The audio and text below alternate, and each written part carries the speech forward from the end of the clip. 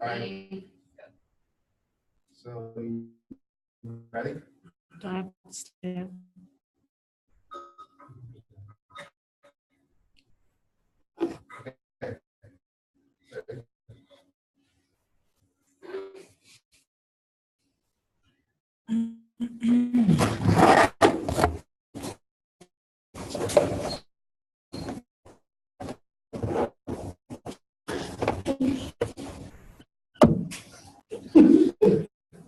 All right, go on. I'm the assessment of concussion. That the definition of concussion from the U.S. Department of Defense states that NCBI has an injury to the brain from an or accelerator mechanism from an event such as fall, direct impact, or motor vehicle accident with duration and mental status, typically resulting in the temporarily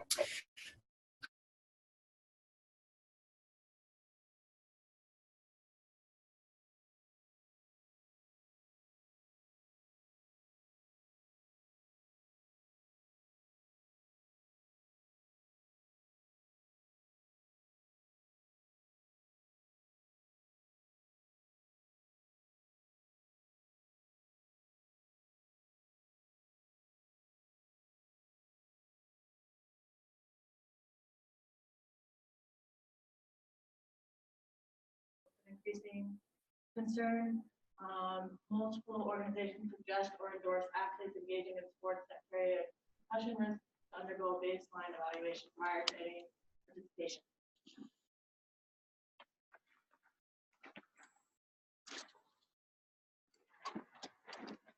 Am I still on? Just present.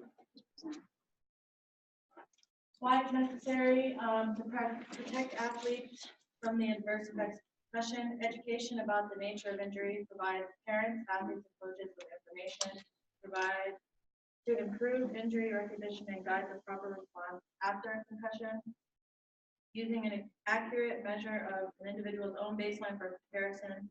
After injury is intended to improve clinical decision-making regarding injury status and recovery. It allows for a baseline evaluation, allows for an individualistic approach that can account for pre-injury differences in cognitive profiles, which helps provide a more sensitive approach for evaluating the degree of cognitive change following a concussion. Within the articles, it talks about advantages of paper and pencil and computerized assessments. Paper and pencil assessments allow for an individualized testing environment. They assess a wider domain of cognitive performance. They're more sensitive to post-concussion decline. There's also an open response format, so if you have open-ended questions for your concussion assessment, you can answer them on paper and pencil. Computerized advantages include baseline tests, multiple. You can assess multiple athletes simultaneously. You can administer and interpret tests without neurophysiologists. It can maximally standardize components of the test. It's readily used to alternate test forms, meaning you can change different types of stimuli you provide. It quantifies reaction time, takes advantage of centralized data repositories, and it computes scores without human error. Another thing within the literature review that was a common theme was age-related differences. Differences between children and adults. It talks about how athletes, younger athletes, their brains are not quite developed yet, so they're more. It says that high school athletes are more susceptible to concussions compared to older adults. Some of the differences include the glutamate sensitivity, tolerance to biomedical changes after an injury, and the different courses of recovery between children and adults who sustain a concussion. The differential rate of recovery between children and adults led to a consensus that conservation management should be used with children post-concussion. The conservation management approach warrants clinicians to assess a variety of functional domains such as cognitive imbalance and subtractive resolution of symptoms after concussion. And the next one just talks more about the differences with developing your brain and why it affects adults differently than adolescents. So the first article in my literature review is by Nelson et al. They performed a study with 165 concussed athletes and 166 control athletes.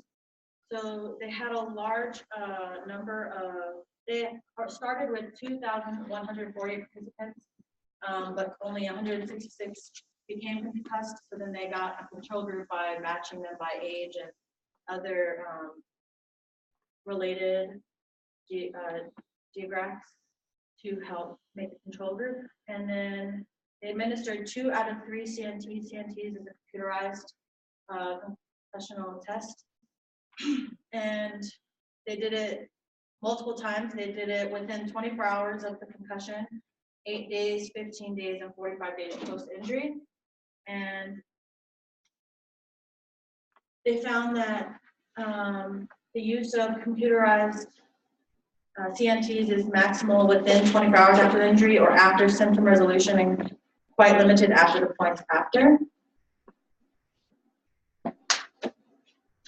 The next article is by Broglio, and they had 4,874 university level student athletes.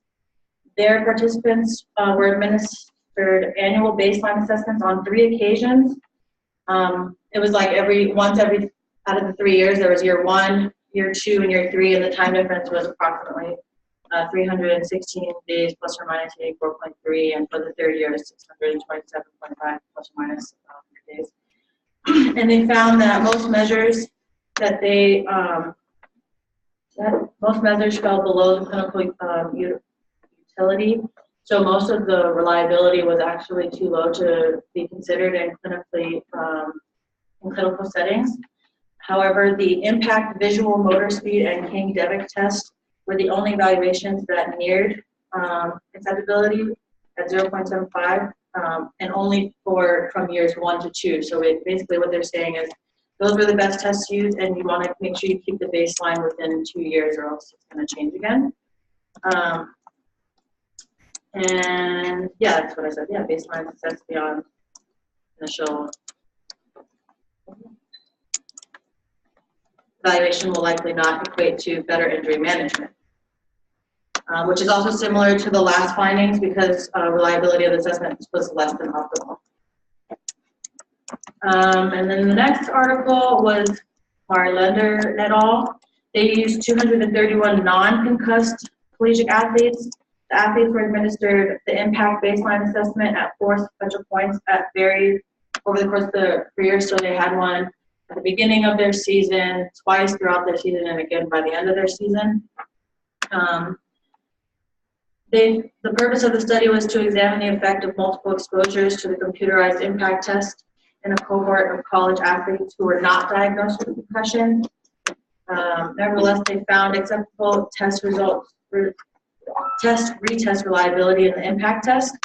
So it was similar to the last test where the most reliable component of the impact test was the visual motor speed. But it was stronger, and they suggested it was stronger simply because the pattern was consistent. And the verbal memory was the weakest out of the components of the impact test.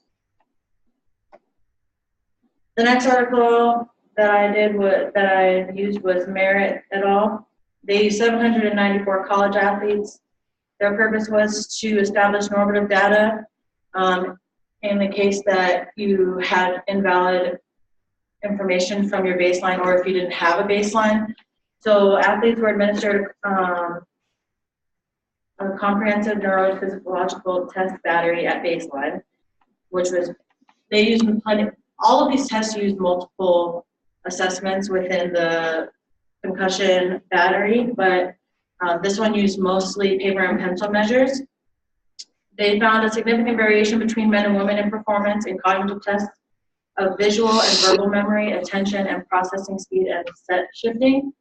They found that athletes with a history of ADHD and learning disability generally showed decreased performance on measurements of visual and verbal memory, attention, and processing that shifting. And they also found that history of head injury did not have any significant effect in their assessment. So due to the unreliable baseline assessment in the previous studies or lack thereof, Merritt et al. Expresses the importance of normative data among a wide population. The next article in my study is Bond et al. It included 939 participants, all ranging from ages 5 to 18. So they're looking more at the children and adolescents because we talked about the age differences. And they looked up if the environment of the test changed how their baseline performance was. Children were administered a concussion baseline test either individually or in a group setting. They found no significant difference found between the individual or group setting. However, children with ADHD demonstrated an interaction effect with higher rates of invalid performance in the group setting compared to children without. However, there was no difference in the individual setting. Something to keep in mind earlier that we talked about how younger athletes who continue to undergo significant brain growth and development would warrant annual baseline assessments. So earlier, the study said that we needed to get at least a baseline assessment within the 2 years because of children's developmental, because of their brain development, they need to have more frequent baseline assessments. The last article I included in my review was Balsall-Hein et al. It included 60 participants who were administered assessments for cognitive performance, dizziness, and balance function. The false discovery rate was used for multiple comparisons. So this was also used among adolescents. They were looking to examine the relationship between cognitive and balance performance in adolescents with concussions. So they found that worse cognitive performance was associated with worse self-report in the activity-specific balance confidence scale and worse balance performance.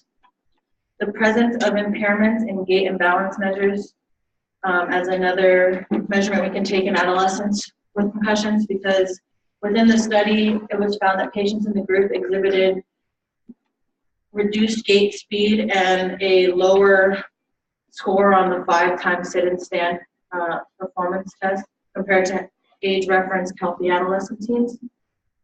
And there was no significant relationship between processing speed to any of the measures collected. Key points. So through all of the articles, some of the key points taken was that the use of computerized assessments in the context of sports-related concussion management is maximal within 24 hours after the injury or after symptom reduction to decide when you want to start returning back to play or to school. The retest reliability values of the computerized testing were generally lower than what's considered needed to contribute to meaningful clinical decisions. The commonly accepted and emergency concussion assessments do not meet or exceed the accepted threshold for clinical utility. However, the King-Debrich test and impact visual motor speed approached acceptable levels within the first and second year of baseline. Similarly, Marley, Ender et al. Found the strongest reliability in impact visual motor speed and weakest in the verbal memory test. However, it was found stronger in reliability compared to the other studies. Gender and ADHD and learning disability has small effects on one's performance, and subnorms may be used for comparison if you're missing a baseline test or if you have invalid performance from a baseline test. Children with ADHD demonstrate an interaction effect with group assessments causing invalid test performance, low validity compared to no effect in the individual setting, and variability in administrative procedures in the group testing setting can produce significantly poor testing performance and ultimately affect the validity of the clinical decisions that stem from the assessment. So when they found that no children, there was no difference for the children if it was individually or group setting, it was because they highly controlled and monitored settings and environment. That's my school side.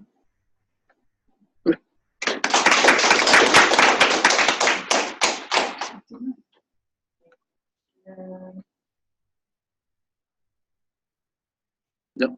Are you good? All right. So everyone take a minute to fill out the assessment form for Gabby. I kind of color coded it to kind of help you out. All right, did color code it to help you out, I guess? No, you don't have to. But you can if you like. But. Do you mind explaining it for 20 seconds? Sure. What I'm asking you guys to do is, basically, this is similar to your rubrics, but what it's showing is there's a couple different things. I'd like you to make comments on the color that you're associated with. So Gabby was presenter 1 today, so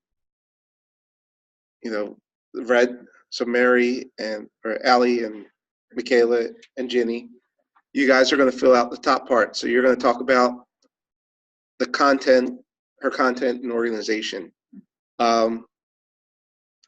So the next section, Chris, Violet, Tanner, and Carly, you're going to talk about the completeness, the level of depth, was it appropriate length, the background information, and then it was Mary, Catherine, Tyler, Catherine, and Cassidy. You're going to talk about grammar and documentation. The support there, like, is everything tying together, basically? Just comments. You're just giving comments. This is your way of giving back. I'm not using this for grades.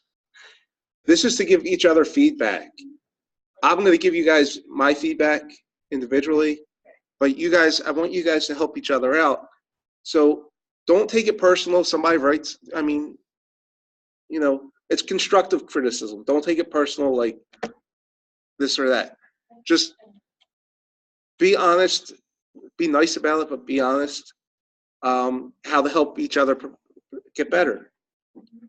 I know public speaking is kind of one of those things that people get nervous and, so this is a way to help you improve. And then Allie, are you going next? Yeah. Get on up.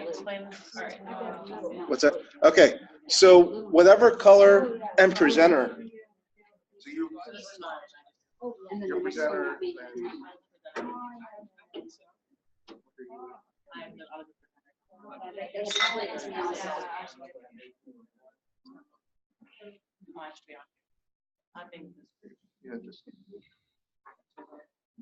Yeah, so you're gonna work.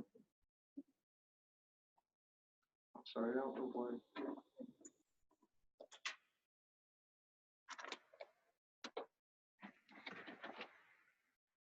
So you are now.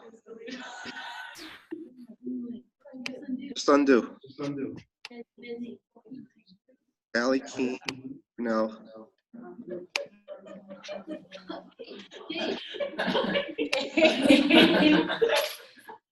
Oh, we got your notes. You don't have them, but we do. See, I told you to be able to see it. I don't have any notes anyways. How come? Yeah, and that's one of the things that Matt does. You want me to exit out of it? You can make everything smaller. Now that I'm on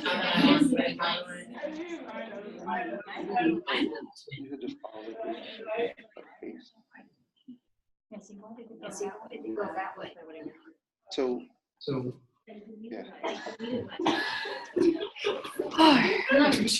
Unfortunately, each one is extra.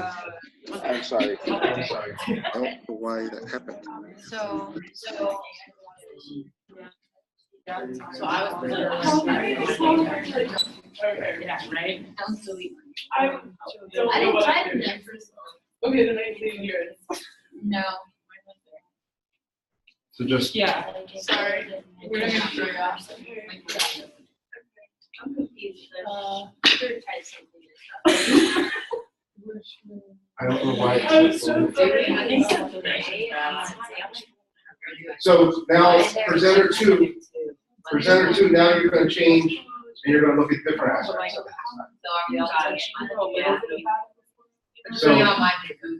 So close Gabby's and now you're gonna open out. So you should have an invitation for Alex. Because that way you know who's presenting. So up here I have the numbers that go. So I want you to look at each aspect of this. That's basically what I'm bringing you to. So you have an idea of your familiarity with what's going on. Yeah, you want to use it? So that's this is me with that. First one. So now everybody for Allie, you're going to shift one over, one down or one up, however you want to look at it. The person might have this you need to open it in your email. All right, Gabby, hey, don't hate me, man. Put your name on it. It's all love, it's tough love. I thought Mary Kay was. Allie Keene. Mary Kay. I don't let me get on that. What am I doing? Like, hold up, Allie. They only have 140. It might say Mary. I saw it come Well, through. there's Allie Keene, right? Yeah, It's Allie Keene, but it doesn't say it when you open it. Okay, remember this. Allie Keene feedback. Not It was the first one he sent. Yeah, it was. Okay.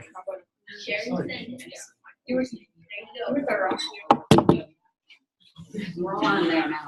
We're all there. Right. So everyone's shifting now, so you're presenter two. You know what you're looking for. Allie, are you set? Sure.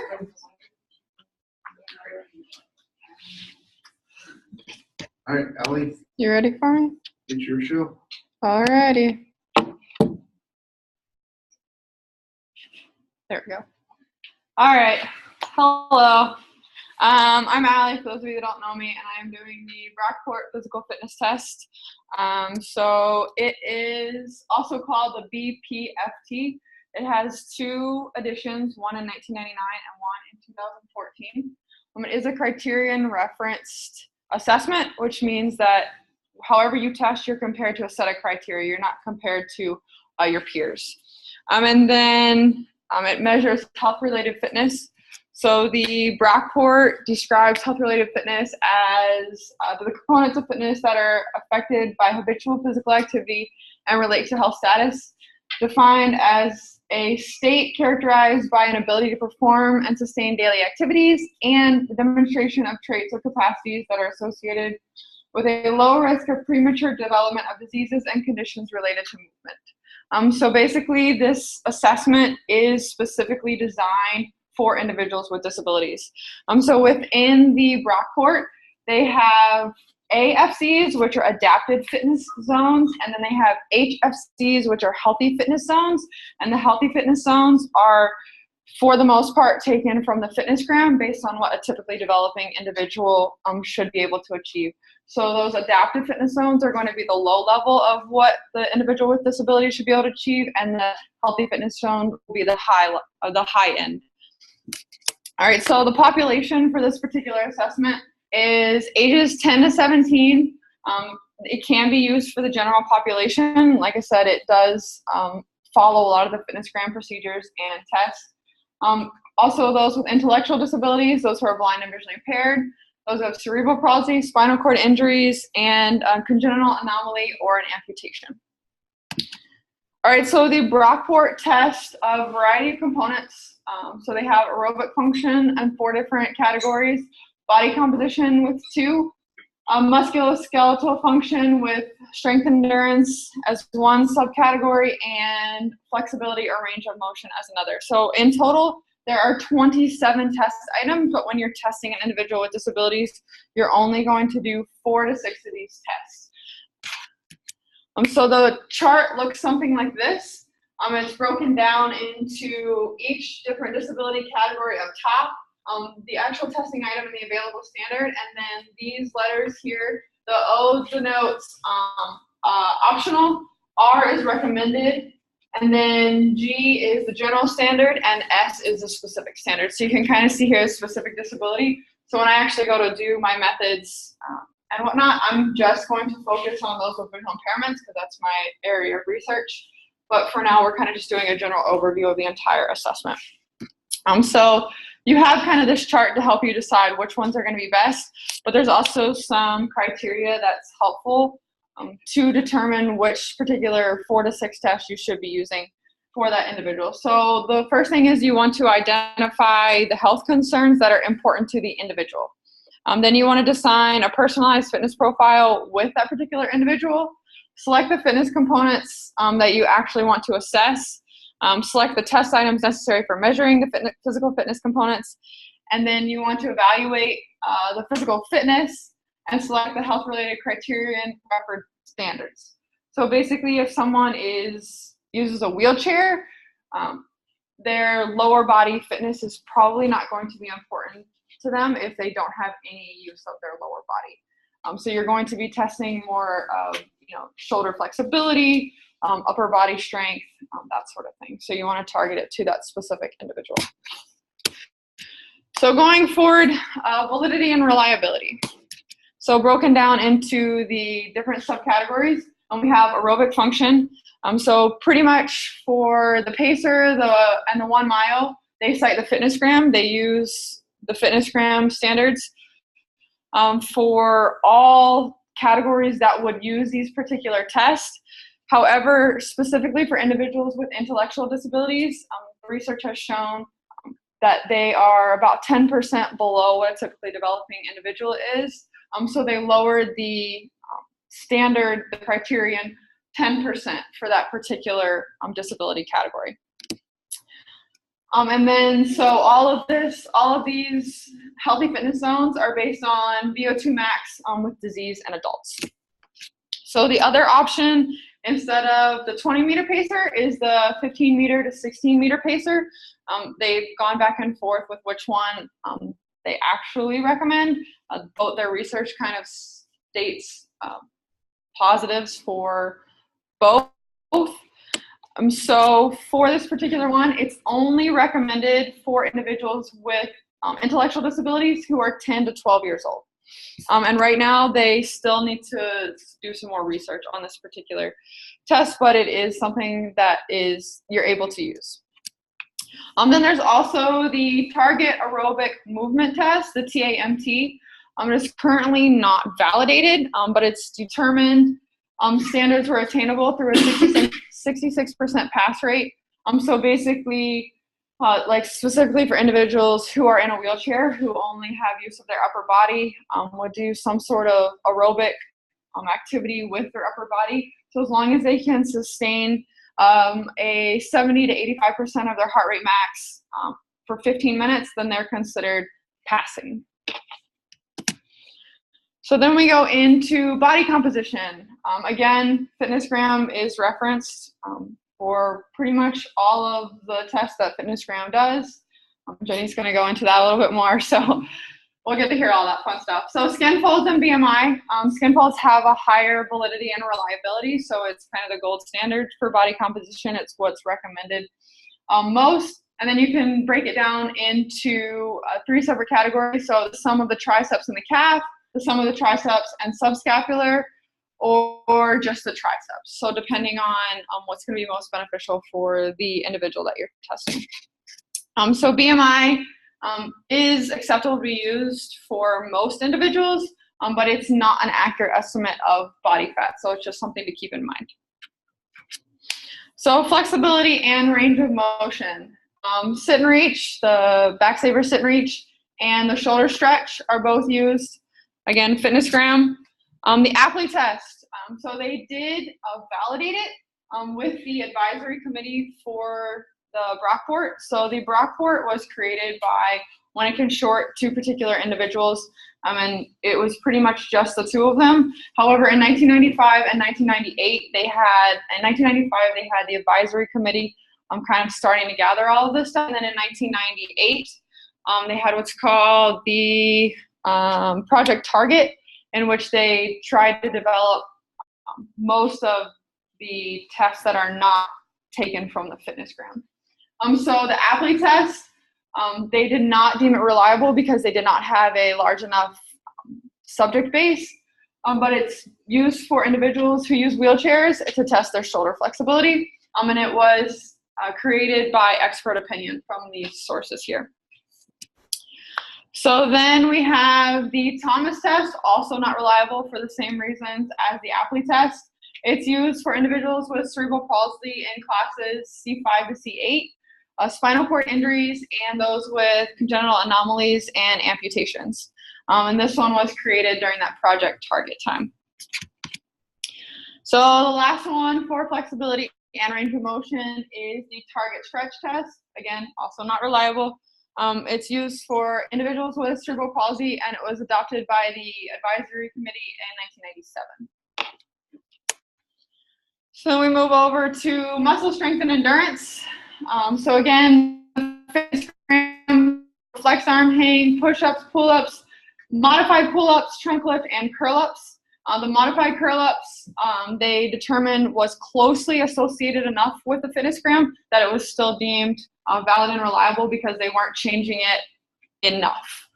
So then grip strength was determined by expert opinion and derived from normative data. So they, again, the panel of experts determined that this would be a good test for individuals with disabilities.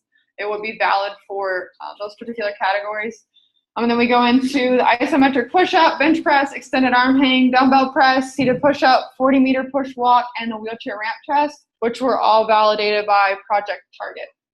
And the reverse curl was determined valid by the expert opinion in the advisory committee in 1996. So what does research say? So in research, there's actually all the sites that I could find to search. There was 8 articles that actually use this particular assessment. And so with that, these are the specific disabilities that they used or they tested using the Brockport. But if you see here, the ones that the Brockport is made for, there's no research testing the Brockport for individuals with cerebral palsy, spinal cord injuries, or congenital anomaly or amputation. None that I could find, at least. So a big gap in the research for this particular assessment. And as you can see, it doesn't cover a wide spectrum. You have 2 with visual impairments, 2 with autism, cognitive, intellectual, mental challenges. These can kind of cross-reference. But these 3 particular ones did not actually go into depth as to what specific disability the individuals had. That's just how they classified them. So if we go back to that table of the actual tests that we can run for the Brockport, in research, the ones that are highlighted, these are the only ones that have been tested through research to kind of figure out if, we say they're valid, research says they're valid, they're reliable, but are we testing them with a specific population? And so these are the only ones that have been tested with individuals with disabilities, and not necessarily all of them have been tested with the disability that they're recommended for. So again, another gap in the research. So for this particular assessment, there was some intervention research. So Baran et al. 2013 did a soccer training program. They had a control group and the soccer group, and they had both individuals with intellectual disabilities and physically developing individuals in both groups. So actually they had quite a lot of kids. So the kids that went to the soccer program went 3 times a week for 90 minutes each for 8 weeks, which is a lot of soccer. So they compared the youth with intellectual disabilities versus those who are typically developing. Sorry, ID is intellectual disability, TD is typically developing. So they had the training control, and they found that the soccer improved fitness in individuals with intellectual disabilities and who are typically developing. So, with that much soccer, in that long of a period of time, we would probably expect that regardless. So then Collins and Staples in 2017 used the Brockport to do a structured physical activity program. They didn't have two groups, so they just used the Brockport to do a pre and post test scores. And they found that all participants improved on at least one component. And these individuals had intellectual disabilities as well. So then we had some comparative research. So PAN 2014 tested children with autism syndrome disorder and those with who are typically developing. So they tested the two groups. They used the BOT2. Is anyone doing that one? The bot? No? Okay. So they used the BOT2 to test motor proficiency and the Brockport to test physical fitness. And they found low to moderate correlation between the BOT and the BPFT. So then Chen also did a study on children with autism, and they also found low correlations between physical activity and cardiovascular endurance. Just a lot of low correlations, some moderate correlation between moderate to vigorous physical activity percent and upper body muscular strength, but no significant correlations with that particular study. Karakaya found, so they compared sedentary individuals with visual impairments to goalball players. So it's a sport for individuals who are visually impaired. And they found that those who played goalball and they were goalball players for at least 2 years, they had higher muscular strength and endurance, anaerobic power, and capacity. So Zhang found, they compared physical fitness between young adults with and without cognitive disabilities, and they found that the typically developing individuals had higher fitness than those with the cognitive disabilities.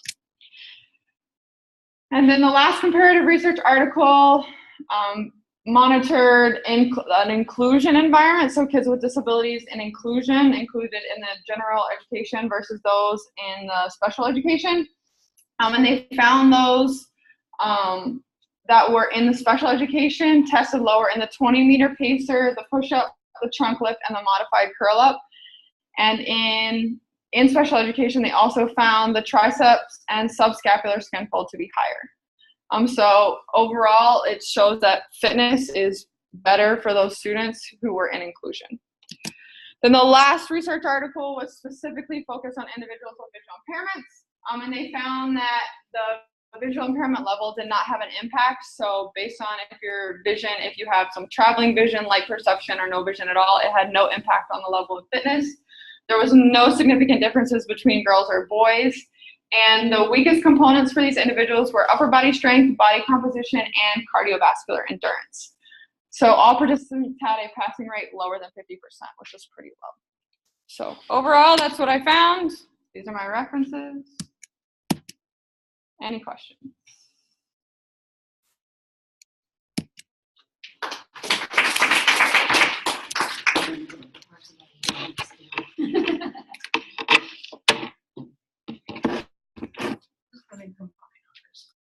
Do you mean sit over here? Yeah. Oh yeah, I don't know. Yeah, I'll take either one. I don't want to give you mine, it's fine. Oh. Need to.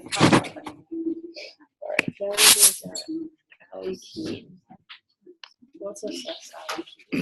Let's do it loudly too. I mean, I'm gonna read it anyway. Presenter 2. We are for you. Alright, delivery.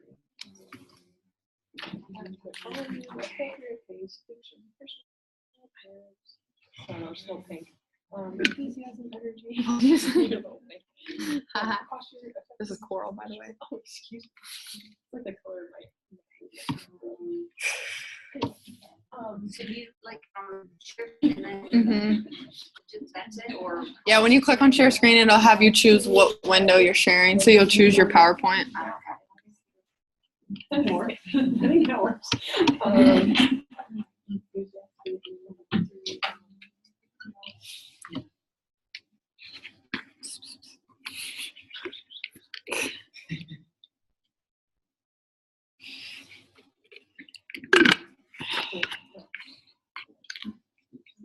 Does everybody else see like the two, or is it just the one? We can see both. Okay. Yeah, who's my- Because you're sharing your screen, so yeah. Perfect. Awesome. Okay. I forgot I can tell answer questions in that. I don't know. She's doing it. I was hoping you know. Who's next? Um,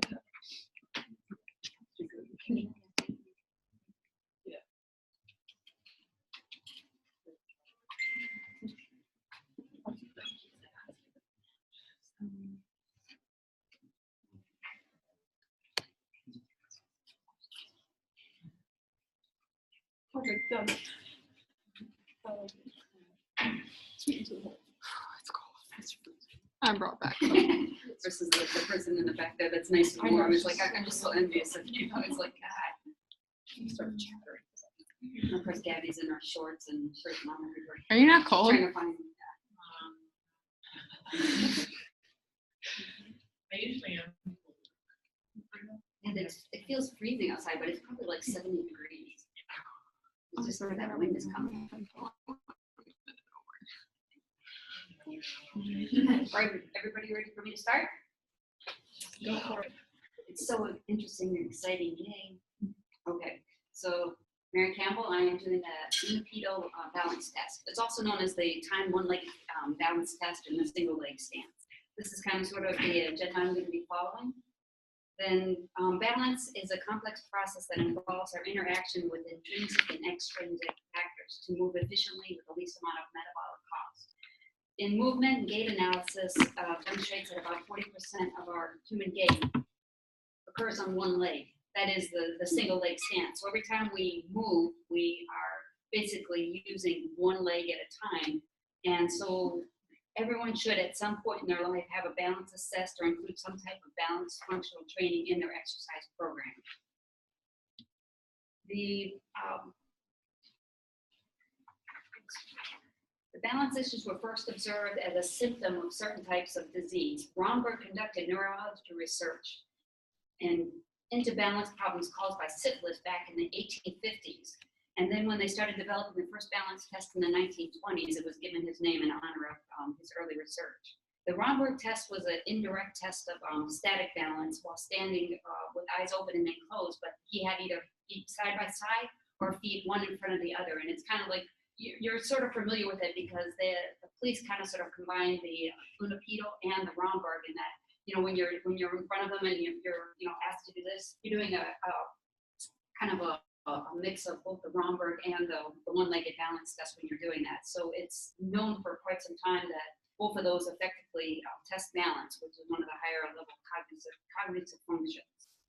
So when I started looking for the Unipedo, I actually didn't find any early history on it. I don't know actually when it started. I just saw some notices that it was around, and I actually found it in a lot of stuff regarding police, and that's how it's like, should have known.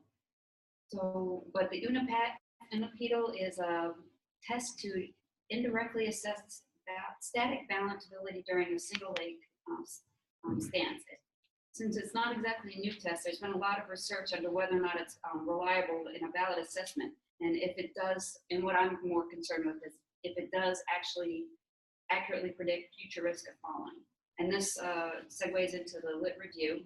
First one I looked at was Bellis. The author, the main author is there. The title is actually the first line. I have the rest of the information in the citations, the references in the back.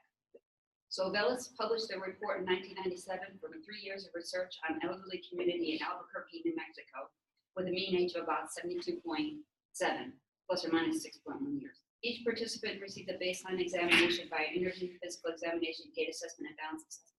Balance assessment was done by using one leg, their preference which, and a stand assisted for 5 seconds. Note that it doesn't state whether or not they did it barefoot or which leg was used. Then the follow-up, the fall incidences over the next 3 years were called into the study coordinator. So you can already see that what their time and their standards were for that. Then in Horvitz, they published their report in 2000 from a study done with outpatients of the Veterans Administration in the University Hospital. The 53 participants were mainly male, and the mean age was about 65.7. Each participant received a baseline examination by interview, physical examination, and balance assessment. And then the balance assessment again was done by using one leg, their preference which, and stand assisted for as long as possible, with the test stopping after 45 seconds with the kept leg out. And then note again, it doesn't state whether or not the participants were barefoot for the test. All histories for the previous 12 months were obtained, as in it was a recall one. It wasn't, as it was happening. So even though the test was given for the longer duration, it still did not have enough details on the fall risk. So they, plus also since they were basically getting their participants from the hospital, the participants may not necessarily been healthy. They didn't have any indication as to whether or not they were screened for prior medical conditions for this exercise before they did the test. Then in Bonham, he actually conducted a meta-analysis of how the Unipedo test was used in research in previous years. This actually says what he was trying to, find was the normative values. But then when he was looking into it to say, okay, yeah, these are the normative values.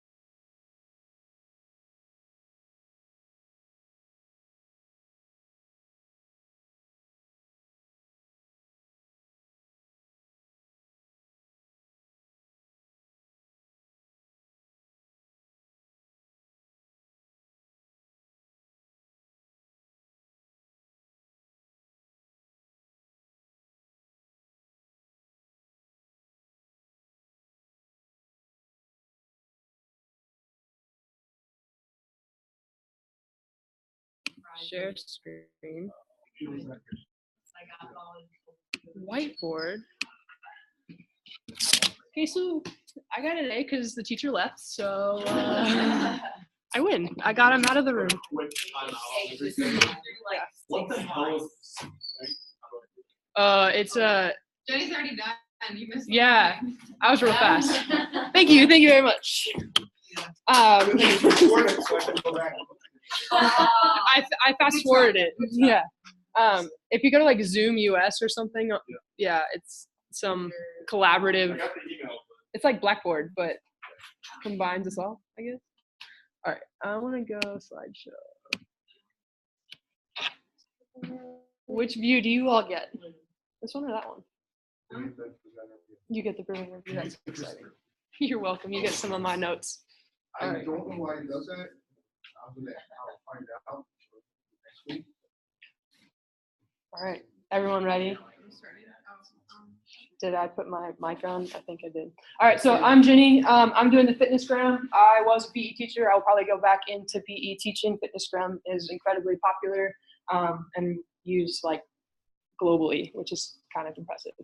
And so it's important for me to know it. I've never used it, but what can you do? So youth obesity is a problem in America, if you didn't already know. We've had about 16 to 17% of youth being obese between about 2004 and 2014. And of course, it's staying about right there. And so physical activity is one way that we can try to reduce obesity. We have the recommendation of 60 minutes a day for youth ages 2 to 19. This says 5 to 17, but give or take. There is an additional benefit for the more minutes you are active. So it's not like you hit 60 and you're done. You just keep going. And then this can be mostly aerobic, and then strengthening should be in a couple of days a week too, not just your heart. And so the more physical activity you do, the better your physical fitness is. And so that helps your bone health, your heart, your muscles, your body composition, and things like that. So Fitnessgram was created in order to assess youth fitness, physical fitness. It was created by Sterling in Texas. His district wanted a report card for fitness to go along with all other academics. And so he started building it. And then the Cooper Institute hired him on, which gave him all these resources to then expand it. And it became a lot bigger. So it's made for educational settings, K through 12. K through 3 is supposed to just kind of practice it and get used to the motions. And then you're actually supposed to assess 4th through 12th. There's 6 physical fitness components, which we'll go through shortly. Ali said all of them. Criterion reference standards that are based on health. So whatever is health is where Fitnessgram goes, and then there's needs improvement and at risk also. And like I said, it's this report card, which I think is my personal opinion why it's really taken over, is because everyone loves report cards for their kids. And so this gives it to them too, which is kind of a phenomenal thing to do. So the fitness components, there's aerobic capacity. So we have the progressive aerobic cardiovascular endurance run, which is the PACER. There's the 1 mile run walk, and then there's also the walk test. The PACER is the most common. Then there's the body comp. There's BMI, which is most common because it's easiest for PE teachers to do. There's the skin fold perfect body fat, or percent body fat, so that should be percent. And then the bioelectrical impedance analyzer, which is not really useful for PE teachers. So BMI is the most important for me, at least. And then muscular strength is curl up for abs, trunk lift for your back, 90-degree push-up, modified pull-up, and flexed arm hang for your arms. And then you have your flexibility, which is your back saver, sit and reach, and your shoulder stretch. Then there's this activity logs that it has, which we're not really going to talk about today, or I'm not going to talk about today. You probably won't at all talk about it.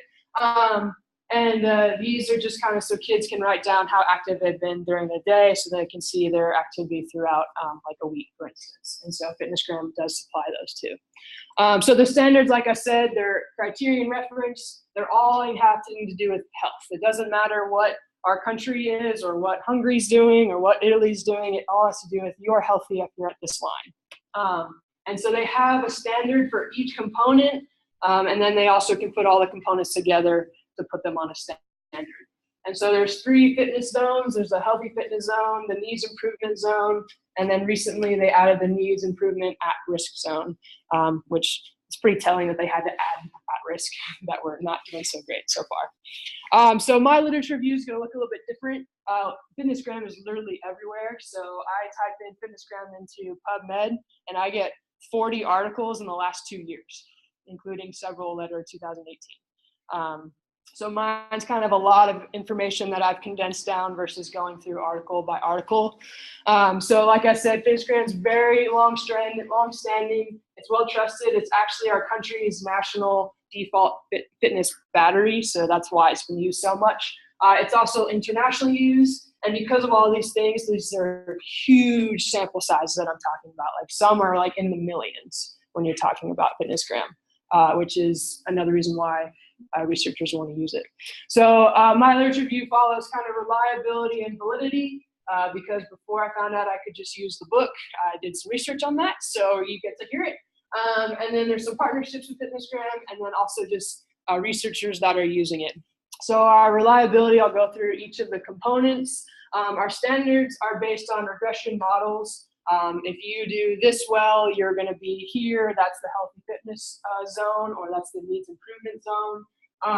They kind of make these receiver operating characteristic curves, or ROCs. If you've ever seen like a BMI chart, or a like when you went to the doctor as a kid, they look at like your height, and it's kind of like that, right? That's norm reference, but the ROCs are going to look similar to that also. So as you fall further, you get to your healthy fitness zone. They're constantly updating the standards to stay with health. So standards change every year, every 5 years, things like that. It's been around for 30, 40 years, so it's gone through a lot of changes. And there are studies that are comparing the old ones to the new ones and making sure that they're better as they stand now. So for aerobic capacity, we have our pacer and our 1 mile walk run, which is the most used, and so they compare them against the VO2 max, and they found the reliability for elementary kids to be a little bit lower than for middle high schoolers, but it was still significant enough that they are reliable to the VO2 max, are comparable. And then they also compared them to each other, because a lot of the times they'll like have you run the 1 mile run walk because it's easier than the pacer, depending on your facility, and then you change that into an amount of pacer laps, and then from there you say what zone they're in. So they have to be reliable between themselves, and they found that it's more reliable with boys than it is with girls, because girls tend to be better at the pace. When it's giving you a pace, girls do a lot better than when they just say go run a mile. For BMI, back in the 90s, this research decided that it was a good indicator of fatness. And so R squared just means that the variance had to do with 63% for boys and 69% for girls. But they made a very big statement to be cautious when you go across genders and ages, because as we know, BMI is not actually the best. When looking at the exact Fitnessgram BMIs that compared to metabolic syndrome, they measured it like to the T, accurate goal standards, and found that it's good enough.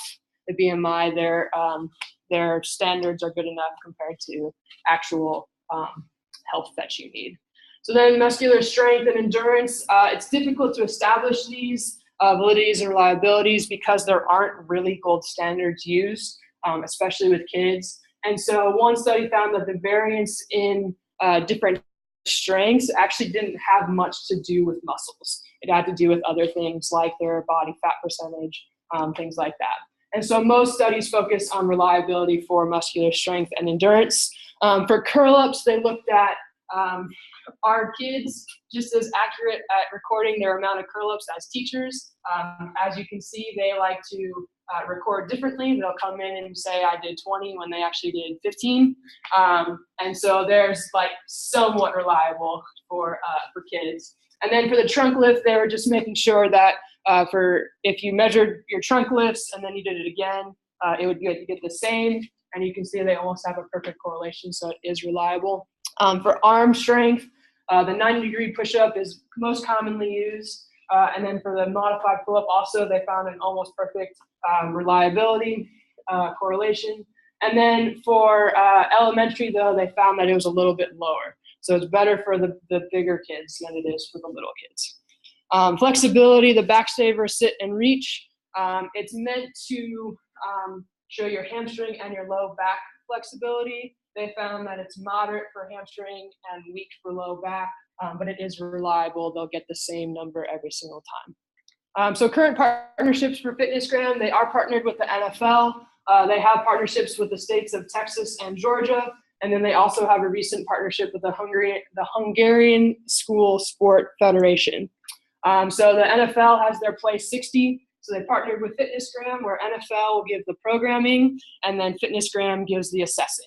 And so they have about 1,100 schools right now. So if you think that there's however many hundred kids in each one of these schools, that's a pretty darn large sample size. The NFL benefits because they get to say, hey, look, our programs actually improve physical fitness. And then FitnessGram gets to say, like, hey, look, the NFL trusts us. Why don't you? Right? And then so the United States, Texas and Georgia, because Sterling is from Texas, they have kind of a nice relationship with that state. And then they also got in with Georgia. And so these partnerships are saying, we'll pool all the data that we get from our districts into one thing. So our sample sizes are in the millions, okay? And so basically with this, because they're such large sample sizes, they get to say, okay, fitness trends actually look like this in Georgia. We have 2 million children to base this off of. And then they also wanted to make sure that FitnessGram works for large-scale fitness testing. Then they found that because teachers are normally the ones running it, it's reliable for the teacher to do it. It does assess physical fitness to the degree that is necessary for what they're wanting. And then with Hungary, they actually in 2013 created the Hungarian Student Fitness Test, which is the NetFit, based off of FitnessGram. So Hungary called up FitnessGram, said, hey, we want to do this. Can you please help us out, create our country's fitness test? They said, of course we will. And so they created a FitnessGram that's based on the health standards of Hungarian kids versus Americans. It's about the same. And no surprise, Hungary is more physically fit than we are. But what can you do? In research, because of the ease of administration, most articles, most studies are pretty strong, because with FitnessGram, you just kind of follow a recording most often. And so they just have to put the recording on and they have it, or they have it pulled in from PE classes already. So the research comes in for physical fitness and academics, physical activity and sedentary behavior with physical fitness. They have some on the correlates of physical fitness, and then they also have these special health topics just to show you where this research is going. There's a handful of articles that look at math and language arts and basically say, yes, there is a connection between physical fitness and your academic scores for kids. Physical activity and sedentary behavior is also related to physical fitness. The more physically fit you are, the more physical activity you're doing. For sedentary time, the smaller your bouts of sedentary time, so the less time you actually do sitting, not doing anything, means that you're moving more, means your physical fitness is better. And then also that it's your non-prolonged time. So instead of sitting for 3 hours, you sit for 30 minutes, right? So that's better. That improves your physical fitness, or at least there's an association between the two. Correlates, some that were interesting. One study found that if you're good at ball skills, you also probably have a good physical fitness level, which I guess makes sense. You know, you want to jump into the game.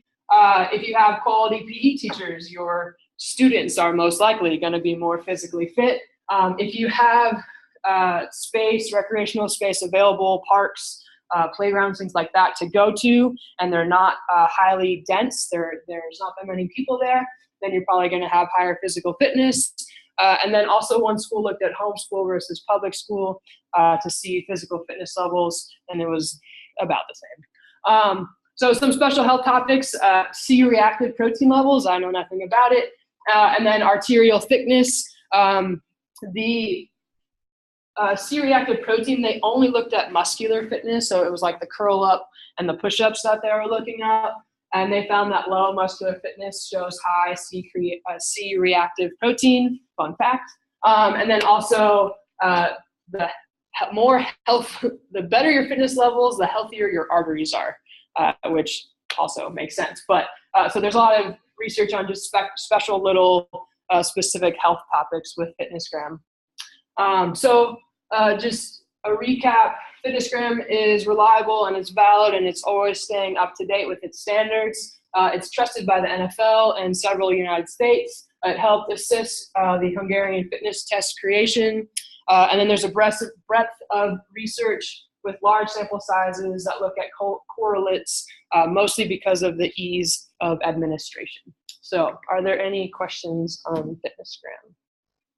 More than you ever needed to know, and then my references.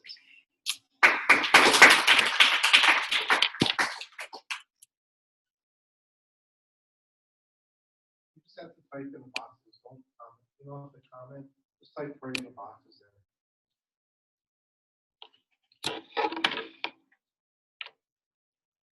Taylor, do you need the thingy? Oh, do you need the thingy? Yeah. Okay. Hey, that's my spot.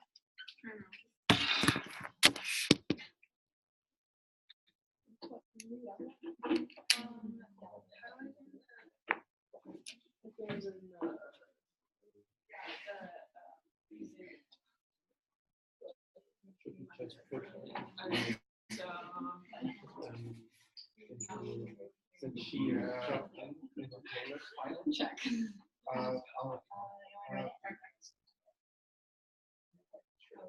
I'll open up your so I'll just say. And then you screen share. And then you want your PowerPoint. Yeah. So that's good. And then you can open whatever you want. Okay. Just go.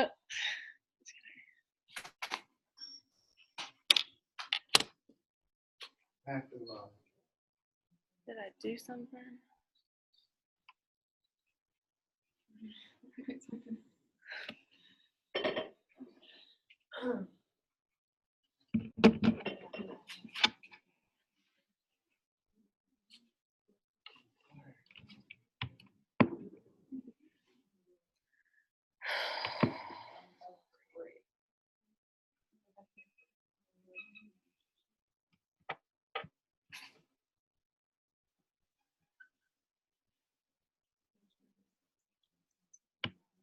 Really? Well, I think that's it.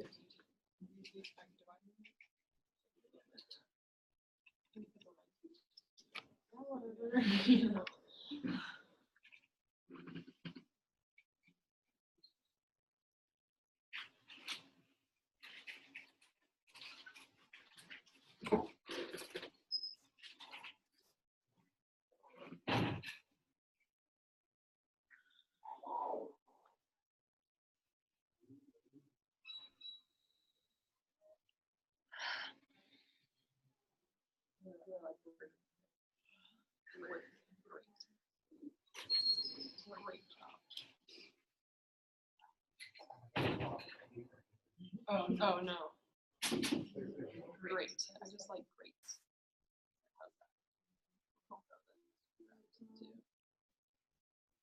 I'm happy you know because I don't.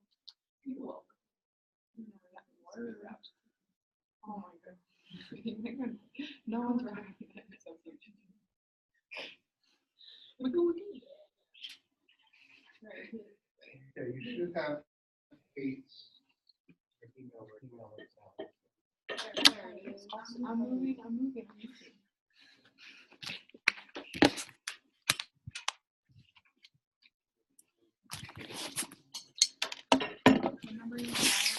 Yeah.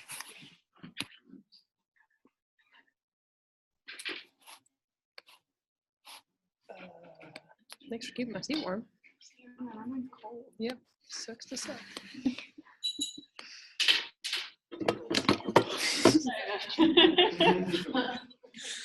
Look at those reflexes. Nah, like a cat. I didn't get much sleep last night.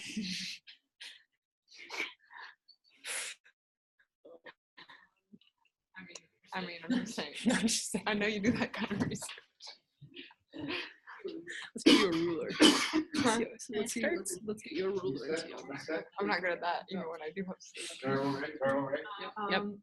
So ready. Okay, so the test that I did was a return to play test battery for athletes that underwent ACL reconstruction surgery. So just a quick little intro. ACL, anterior cruciate ligament, is a ligament in everyone's knee. The ligament in the knee, it helps the tibia bone from shifting forward from the femur. We see this a lot in, it's a pretty common injury in a lot of start and stop sports, like soccer, basketball, and it also helps with preventing your knee from hyperextending. So, like I had mentioned, it is a really common injury among athletics, even with intervention like protocols, so like rehab for it. So the issue at hand is there's not really a test out there that is allows practitioners to know an exact time when an athlete can go back in. So after reconstruction surgery, we see a lot of the athletes, most common question is when they can play again. So this would provide an adequate indicator for safely returning to play and without any doubt. Oh, sorry. And when you're doing a reconstruction surgery, you have two options. You can take some tissue from your hamstring or your patellar tendon, which this video explains it a little bit better than I can, if it'll play. ACL reconstruction surgery is performed to replace a severely damaged or completely torn ACL with a graft. ACL is a thick band of tissue that connects the front end of the tibia to the rear end of the femur. In this procedure, an incision is made in front of the knee. The graft is taken from the patellar ligaments, one that connects the kneecap to the tibia. The incision is closed. The rest of the procedure is performed through small incisions with the help of an arthroscope. The damaged ACL is removed. A channel is drilled diagonally through the tibia and the femur. The graft is pulled through the channel. Special screws are used to secure the graft in place.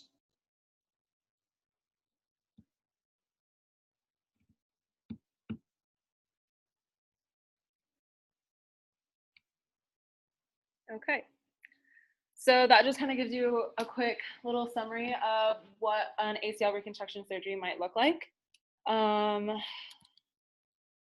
So among my literature review, I accumulated 6 different sources, one of them being the test battery that I'm going to be using for my methods. It's more of an argumentative literature review that I'm going to be creating, just with the 4 other tests that I found among others. And then one source that I found was actually a follow-up of the test battery that I'm going to be using, and it applied to clinical settings. So just kind of like actually experimenting with the test, which I found was pretty interesting. Some common themes that I found among these sources were they focus a lot of factors on stability, like knee stability among the tests, balance, strength, and power. They compared, and a lot of them also compared the injured leg to the non-injured leg. So they used an LSI, so Limb Symmetry Index, and it just helps to provide more accurate and reliable data to compare to see how well the injury is healing. So the source that I'm using with the methods is the test battery. It was titled Functional Assessments for Decision Making Regarding Return to Sports Following ACL Reconstruction. It was by, I'm going to totally butcher this last name, Hildenbrandt et al. The purpose of it was to create a valid and reliable indicator for a safe return to play. So they hypothesized that the objectively determine the right time for a safe return. It was a 2-year experiment with a total of 434 participants. They kind of categorized them by age groups. So you had some kids, you had some athlete or university level athletes, and then also some past the university level. What they did among the tests is they had 2 practice trials, and then they actually did it 3 times. This would just help them like avoid some of the bias that could have occurred for like relearning the test or just getting better as you practiced. And like I had mentioned earlier, they used the LSI to compare the dominant and the non-dominant leg. This was the different tests. I'll get more into the methods on this next assignment. But the test was a 2-legged stability test, which is shown right here. They like stood on a plate and they kind of, the computer would measure their balance. No. They also did this with a 1 leg. Then they had a 2-leg counter movement jump, a 1-leg counter movement jump, some plyometric jumps, a speedy test, and a quick feet test, so like a ladder test. So then this source was titled Hop Testing Provides a Reliable and Valid Outcome Measured During Rehabilitation After Anterior Cruciate Ligament Reconstruction. It's by Reed, and the purpose was to investigate the reliability and validity of data obtained for hop testing during rehab in the ACL. So this was an observational study, and it consisted of 42 subjects between the ages of 15 and 45 who all went under ACL surgery.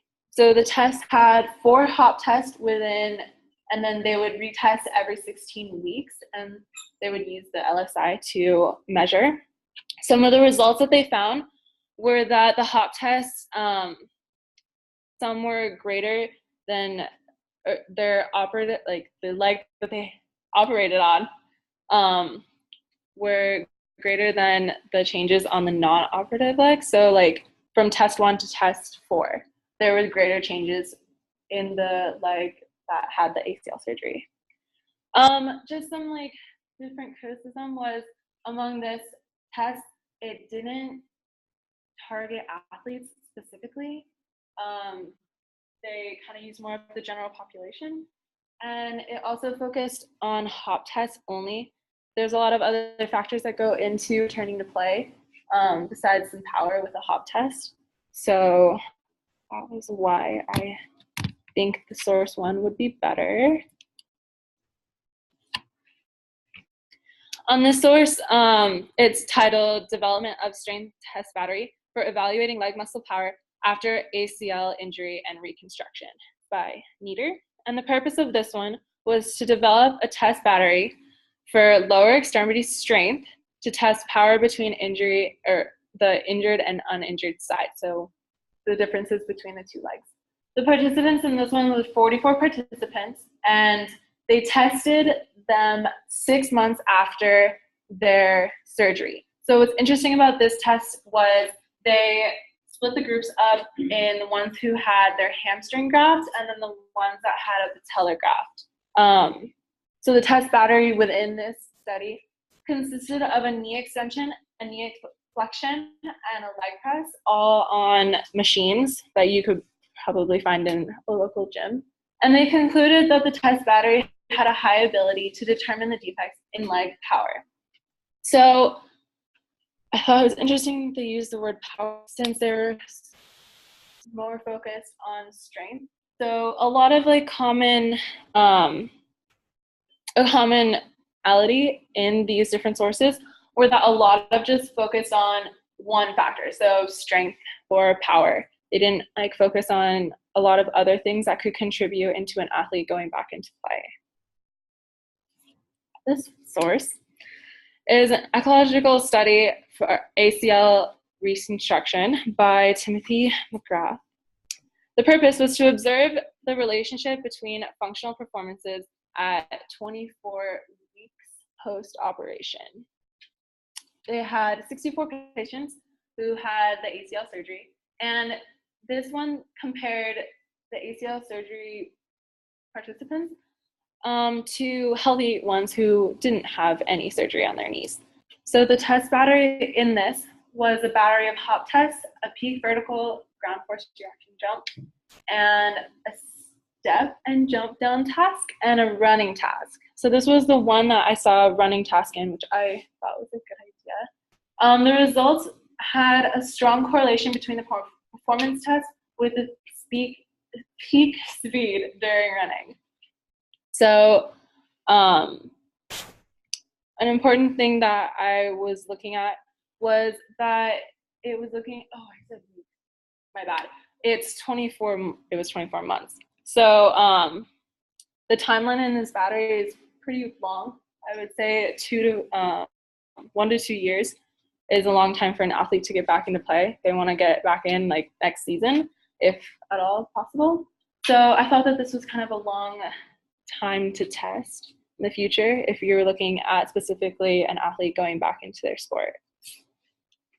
All right, this source, a test battery for evaluating hop performance in patients with an ACL injury and patients who have undergone ACL reconstruction by Alexander Gustafsson. The purpose was to develop a test battery of the hop test with high ability to discriminate between the hop performances. So the patients in this study, there was 15 healthy ones, 15 that had ACL injuries, not necessarily reconstruction surgery, and then 35 who actually did have the surgery. So in this test, they had, or this test battery, excuse me, they had 5 tests, a vertical jump, a vertical jump for hop distance, drop jump, square hop, and side hop. The results in this was using the LSI again, the uninjured participants were there between the 2 legs, there was a 67 to 100% similarity. And then the injuries, not the reconstruction surgery, there was like a 23 to 57%, and then the reconstruction had 14 to 49%. They also found that the ones who had the surgery, only 1 participant passed after 11 months. So it was concluded that there was a high ability to discriminate the test reliability, sensitivity, and accuracy between hop performances of the 3 different groups. So I actually liked how they use a variety of hops in this test battery. But again, it focuses on like one factor, so power with the plyometric. So the source was actually kind of like a part 2 of the original source that I was looking at. It was titled Functional Assessments for Decision-Making Regarding Return to Sports Following ACL Reconstruction, Part 2, a clinical application to the new test battery. So this one just used the test that I was looking at and they put it into practice. So they had 69 participants who had undergone the surgery, and they performed the test. So they first administered it 170 days post-operation and then retested 240 days post-operation. The results were after the first and second test, there was a difference between the limb symmetry, 15.9 to 17.4, which met the return to sport criteria. So that was good. And then they concluded they wanted to avoid premature return to sport. So they found that most weren't ready after 8 months. So I thought that was interesting. So to conclude, many of the articles focused on 2 or more factors on the test. However, the first test battery had incorporated more factors, including power, strength, balance among the different tests in the battery. So they used either a non-injured limb or a healthy person as a reference within each of the studies, and I thought that was really good for reliability and a good comparison. And these are my references. Any questions? Okay, cool.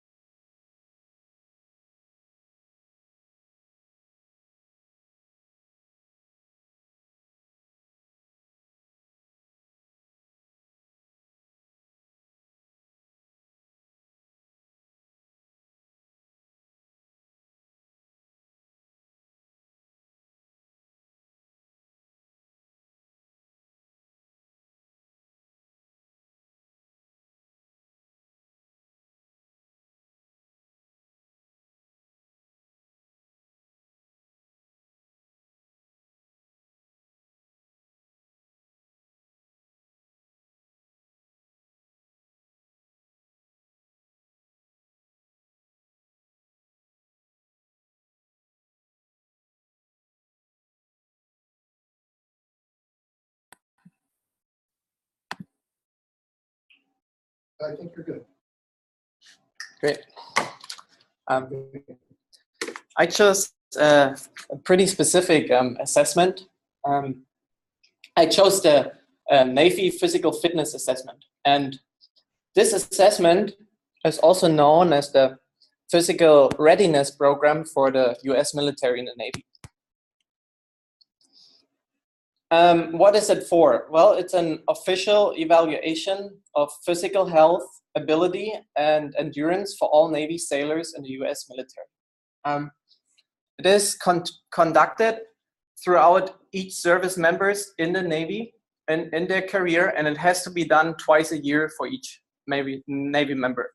The process of this assessment already begins in the recruitment training or in these boot camps, or even can last up to the officer training. Basically, a soldier or someone in the Navy, he needs to meet the established fitness requirements in order to be part of the US Navy. The PFA, the Physical Fitness Assessment, consists out of 3 different parts. The first part is a standardized medical screening. Then you have a body composition assessment and the physical readiness test, which I bolded because that is the major part I focus on my literature review, and the major part to focus on when we talk about how to assess the fitness for these Navy soldiers. Well, something I wanted to do, because when I read through all the forums online, I want to clarify the difference between PRT, that's the readiness test, and the PFA, which is the fitness assessment.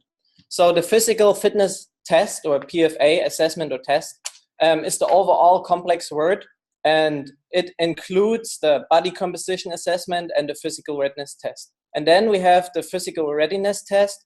That's the actual part, which is made out of 3 physical activities, events for these Navy soldiers. And these consist out of push-up and sit-ups as a strength component, and then a cardiovascular portion, which can vary. I'm going to talk about that later on. And generally, if you hear Navy people talking about that assessment, they just call it the PRT. So just giving you a quick overview of the 3 different components. The standard medical screening, that's the medical clearance prior to the body composition part of the assessment. And it is an annual periodic health assessment.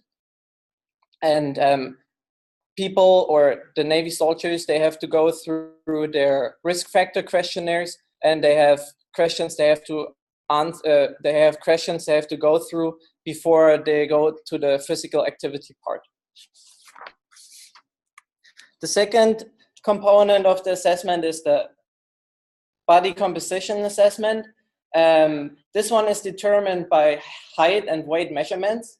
They also use skin fold measurements, and they're evaluated according to the standards they have in the Navy, and they measurement the circumstances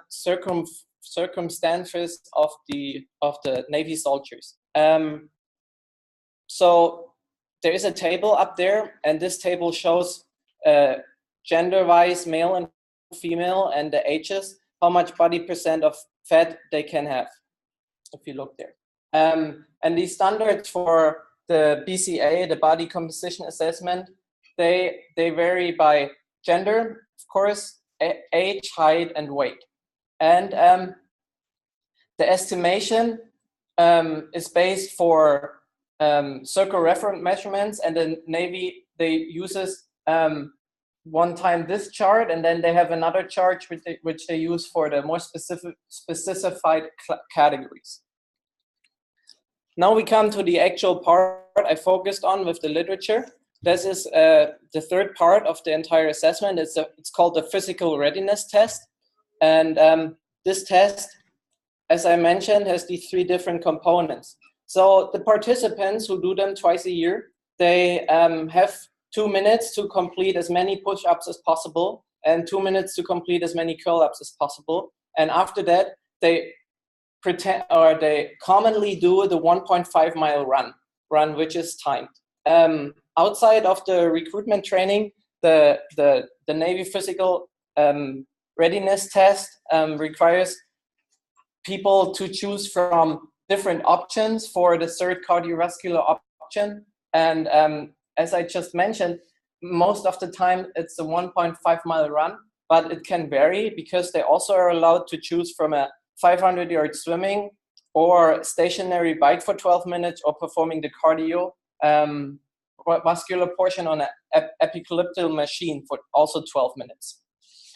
And the standards for this portion also varies by age, gender, and height. So these articles I have listed up here are the articles I put in my summary for the literature review in that presentation.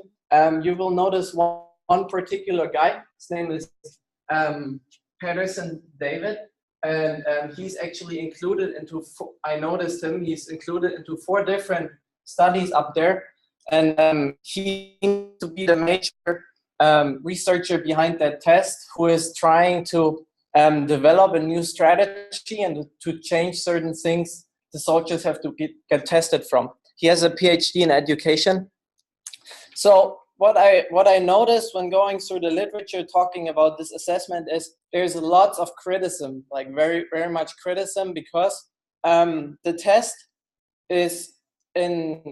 test works since 1982, and it's the only standardized test from the US military, including the Air Force and the Army, which did not get changed at all. And so David Peterson, he tries to incorporate new scientific methods, what exercise you can perform better than push-up or curl-ups. And so that would be my first part, which I realized in 2 of these articles. They were talking about why not including a plank instead of the curl-ups in the readiness test. So current research has shown that repetitive spinal flexion exercises, such as a curl-up, are better suited for muscular strength or size and are not recommended for improving the core endurance they want to go with the test. So exercises like these curl-ups, they actually can lead to, or they're known to lead to to low back injuries. So many researchers in these articles I read, they recommended that they want to replace these repetitive spinal flexion exercises with these isometric trunk stabilization exercises, as a plank would be. And they're easy to administer if you would include them, and they may actually reduce the likelihood for many soldiers experiencing these back injuries if they're not trained regularly, which was also a problematic approach rather than dealing a positive impact on the test. It dealt with the measurements of the elliptical trainer and the stationary bike tests. In order to achieve these tests, they achieve they measure accurate, or they measure calorie burn. And in order to make that accurate, they put that in the final score. In order to make that accurate, they have to use the body weight of the person. So the body weight used to calculate run time based off the calories is burn take during the body composition assessment, and this assessment of the body weight can be up to 45 days before the actual readiness physical activity test takes place. And that's an issue because the body weight can change within these 45 days. So as a consequence, researchers, they're looking for different strategies, what they can what they can include into the test rather than the elliptical machine and the stationary bike. And that leads us to the third finding of these literature articles, that they said that similarly to the Army and Air Force, that there is a clear support that they should use this 1.5-mile run, which I talked about before, to evaluate the aerobic fitness of these Navy soldiers, because these distance runs, they have been proven to be the most reliable and accurate tests to administer in a large group of soldiers when they test them. So the research I looked at did not support the use of any of these other alternative methods, the elliptical trainer or the bike. And however, researchers concluded or were agreed with each other that they showed a different measurement. It's called the 2 kilometer rower machine or the rower machine, and they want to do a 2 kilometer test. And David Patterson, he tries to implement that within the next few years into this Navy standard fitness test. And the good thing about these rowing machines is that compared to the elliptical trainer and the stationary bike, they do not require a certain validation. And the last finding I was able to do was that there is a, what David Patterson is included as well, there is this transition, what researchers want to focus on a new test for the Navy rather than using the old PRT. And they do that in order to attempt ensure a high accuracy and relevance for the testing, which the PRT is apparently lacking in. So they want to do a new evaluation of the aerobic capacity, muscular strength, and muscular endurance. And they want to do that because the test has unchanged since 1986. And so that would help the physical readiness test to significantly improve its validity and feasibility, and especially the operational relevance for the soldiers and their testings. So there are plenty of articles recommending the change of the current PFT into a newer version, which these people who are working on that right now, they call the NPFT, which would be easier to administrate and score in the scoring system. I talk about the methodological ways in the next presentation, and they would be better to implement into that new test. That was my presentation. Someone has a question?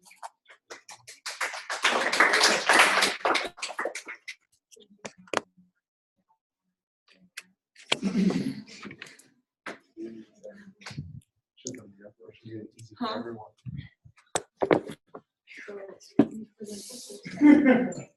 The only thing I kept saying is, because you kept saying soldier, and it's like they call it sailors. Oh, sailors. That's my bad. Sailors. Yes. Sailors.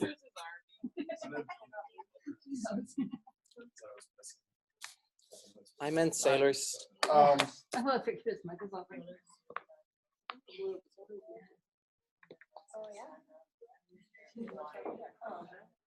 Just Zoom.us. Who did blue? Because we were supposed to be blue, so we can switch.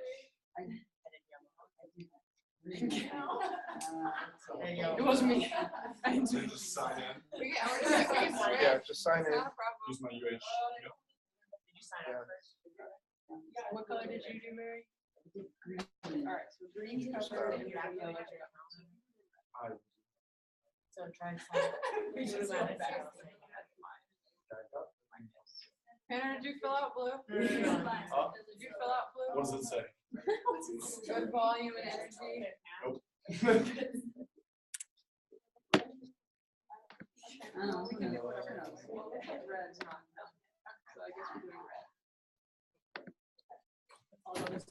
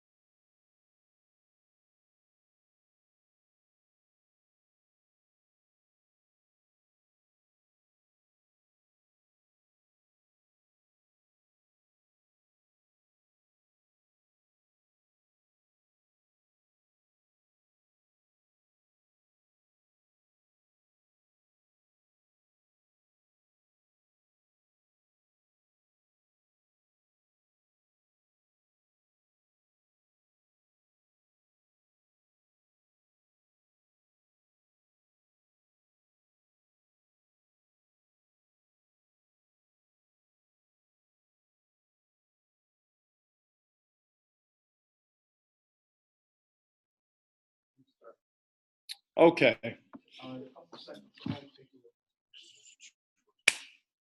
I'm Tanner. I'm doing the functional movement screening. You guys are probably saying, what the heck is the FMS? The FMS, functional movement screen, is a battery of 7 tests or assessments that help judge an individual's quality of movement and consequently their predicted level of injury risk. So those 7 tests within the battery are a deep overhead squat, inline lunge, trunk stability push-up, rotary stability, shoulder mobility, and a step over. Hey Mary, welcome back. Okay. All 7 of these tests are assigned a score of 0 to 3, 0 being the worst or you failed that test, and 3 being the best, to give an individual a complete score out of 21. It was originally designed in 1997 to only assess an individual's functional mobility and identify their lacking areas that could be leading to improper movement. Okay. Since then, it has been used by multiple people. The continued use has led to the screening becoming also a test of an athlete's injury risk. Some normative values that are important because this normative value, along with other tests that have established this normative value, help us in determining the predicted injury risk. Okay. Snyder's and others screened 209, 108 women, 101 men, healthy, active individuals between the ages of 18 and 40 with no recent history of a musculoskeletal injury. The mean composite score between all subjects was 15.7 with a 95% confidence interval between 15.4 and 15.9 out of that total 21. There's no statistically significant difference found between men and women, which was important when we get to research in college athletics. Okay. Research on reliability. Fromm and others conducted a study that found there's no significant difference between the first and second screening of 18 healthy elite soccer players. It didn't mention the team, wish it did. Okay, and the mean total score of the test battery. Okay, this leads us to find that inter-rater reliability is strong when using the scoring protocols that are laid out within the FMS, which we'll talk more about in methods when we get to methods next presentation. Okay. Snyder's, who did the normative values test, also conducted a small sample size study on the inter-rater reliability. The study found that inter-rater reliability to be excellent for the composite score. That's all the tests together out of 21. And the inter-rater reliability of the individual tests by themselves, just the 0 to 3 of like the overhead squat, to be substantial to excellent agreement. More research on reliability. Okay. Minnick taped 40 subjects doing these movements without instructors in the room. The videos were then separately scored by 2 FMS instructors. The FMS is a certification that you can get, okay, by the FMS instructors and 2 novices who had just recently completed their FMS course. Okay. And their final scores were compared. The agreement between all raters was excellent or substantial, values there, for all the tests using a weighted kappa statistic. The interesting thing here is these instructors some of these instructors helped develop these FMS screens, and these novices were giving the same rating for people conducting these tests. There's no difference there. So very, very reliable. As I mentioned earlier, it's being used as a predictor of injury risk. A study on these FMS scores and their subsequent injuries was conducted, on 38 female collegiate athletes from D2 volleyball, basketball, and soccer. Okay. 7 of these athletes reported previous ACL injury. Okay. The criteria for injury once being tested was that the injury recurred as a result of participation in intercollegiate practice, so they couldn't have their injury be them stepping off a curb and rolling their ankle. Okay. It had to be during practice or in the game. Okay, and that the injury required medical attention or the athlete sought advice from the AT student or physician. So if you jammed your finger and you didn't say anything about it, it didn't go up on the injury thing. But tore your ACL, had to go to the doctor, had to go through rehab, you went on. Okay, mean score of 14.3, just like in our normative values. Okay, plus or minus 1.77 out of 21 was reported. 69%, this is the interesting part, of athletes scoring less than 14 sustained an injury. So that's significantly more than half of these athletes that are scoring less than 14 out of 21 sustained an injury during one season. Okay? The mean score of 13.9 plus or minus the 2.1 was for the injury, so that's right below 14. And those that weren't injured, 14.4 plus 1.29. Okay, there are 18 total injuries out of the 38 athletes. Okay, 17 of them were lower extremity and 1 is low back. The primary reach of the FMS is in the lower extremities. You guys will see when we get to methods. Okay, some tables that were included in that study. I'm gonna walk through this way. So, soccer. Do you work with soccer, AT? No. Okay, soccer for women, non-contact ACL highest of all sports. Okay, average FMS score 13.2. Low that 14. They had the most injuries of all 3 of these sports. Okay. The next highest would be basketball at 14.3. They had the second most injuries, volleyball at 14.9. Okay. FMS scores below 14, were they injured or not? There were 16 below 14, 11 of them were injured. Above 15 were equal to 15, 8 injuries, and 14 without. Okay. Over there, we've got FMS score compared to the number of injuries. So you can see there's a pretty good linear relationship here. If you're scoring a 13, 9 injuries. Okay. 14, 3, 15, 4, so on and so forth, with 18 being 0. Okay. You're scoring 18. Nobody scored perfect on this FMS.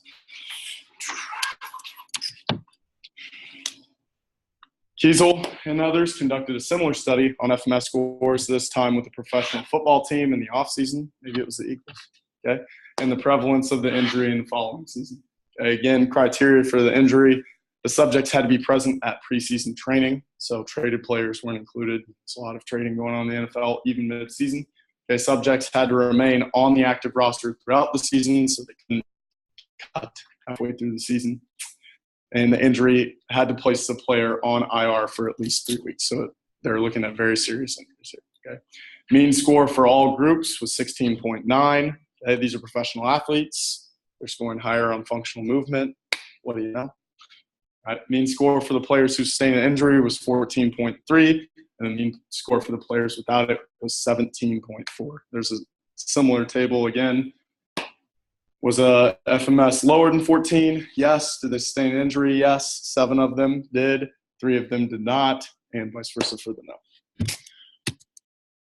Concerns with the FMS. When I mentioned reliability, you said, where the hell is your validity at? Okay, validity is currently under scrutiny due to numerous facts, but mostly due to the fact that external loads and speeds, like a 300-pound dude running into you while you're trying to run the other way, okay, may result in different compensatory movement patterns than reflected in the FMS. Okay, not a perfect world. The fact that the screen is also scored as a sum of other smaller tests, I said they're out of 0 to 3, leads to issues with the validity due to the individual test scores being combined to give a final evaluation, because these individual tests may or may not be measuring factors that are independent of each other that are leading to these injuries. Scores may also be affected by the individual's prior knowledge of the scoring criteria. So this is going to funk with our assessment of our class a little bit, because I'm going to tell you guys all about the scoring criteria. So when you do it, if you remember, you're going to know what I'm looking for. Okay. If you know in the overhead squat, I'm looking for no excessive trunk lean, you're going to fight a little harder to stay more upright, as if I just gave you the PVC pipe said squat. You might have some excessive trunk lean just because that's your movement pattern. Okay. Also, injury risk prediction research has only been conducted in athletic and military settings. So people want to apply it to the general population. It's difficult to do, because it's hard to set up a research study for injury with gym pop. Okay. It'd be very, very difficult to quantify what's going on there. Conclusions. Multiple studies corroborate that the FMS score below 14 is indicative of an increased injury risk. We saw that 69%. Each test within the screen highlights the individual's movement limitations, and the results of these FMS scores can give the practitioner a starting point to address the subject's needs through training. they have found that with intervention, these FMS scores can be improved. That is my presentation on the FMS. Hope you guys are looking forward to getting FMS. Okay, here are my references. Any questions? No? I have a, sorry, I have a, it's not, like, it's not bad if you don't know, it's really specific. What's up? One linear graph. Yeah, And this then one. there was this one spot which was very off. This one The here. Number 14. Yeah. Did they say why? It's really specific in the question, sorry. It was a smaller sample size, and it was only 38. So it just is by chance that 14 had less people score it. There was a ton in 13. You know, this is a continuum of scores. You can have 13, 14. So these people that scored 13 could have easily scored 14. You'll see when I go to the scores. It's just a habit of chance. Yeah. Also, if you multiply that by 100 Yeah. people in those spots. Yeah. So it'll probably be less dramatic. Okay. Yeah. It is a small sample size, like 38 athletes, I believe. Yes, 38. Thanks. No problem, Carl. Any other questions? Nope. Sick. Thank you. Job, Tay. All right, Tay, thank you.